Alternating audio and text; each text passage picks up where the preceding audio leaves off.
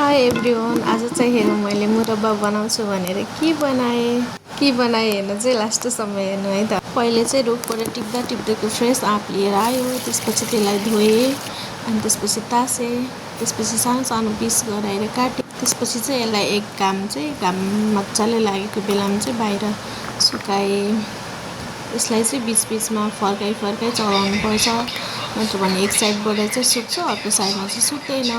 त्यसपछि चाहिँ किटको कराईमा पाँचफोरन र खुर्सानी राखेर मजाले रोस्ट गरेँ। रोस्ट गरेको मसलालाई चाहिँ मैले सिलौटोमै पिसेँ।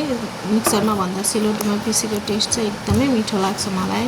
मसला चाहिँ धेरै केही राखेको छैन, त्यति पाँचफोरन अनि अलिकति खुर्सानी। हात किन युज गरेको नभन्नु, मैले मजाले धोएर युज गरे हो।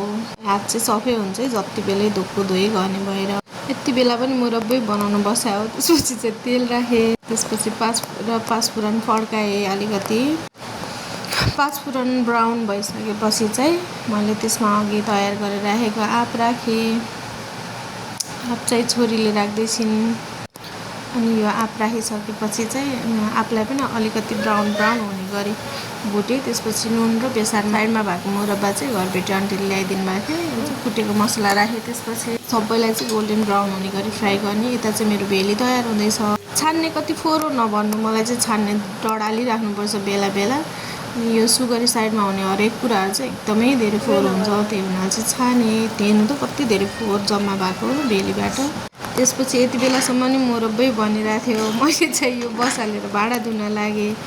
यो भेली चाहिँ मजाले पाकेर सुकेर चाहिँ यो त आँपको खट्टी मिठीवाला तितौरा बनेछ।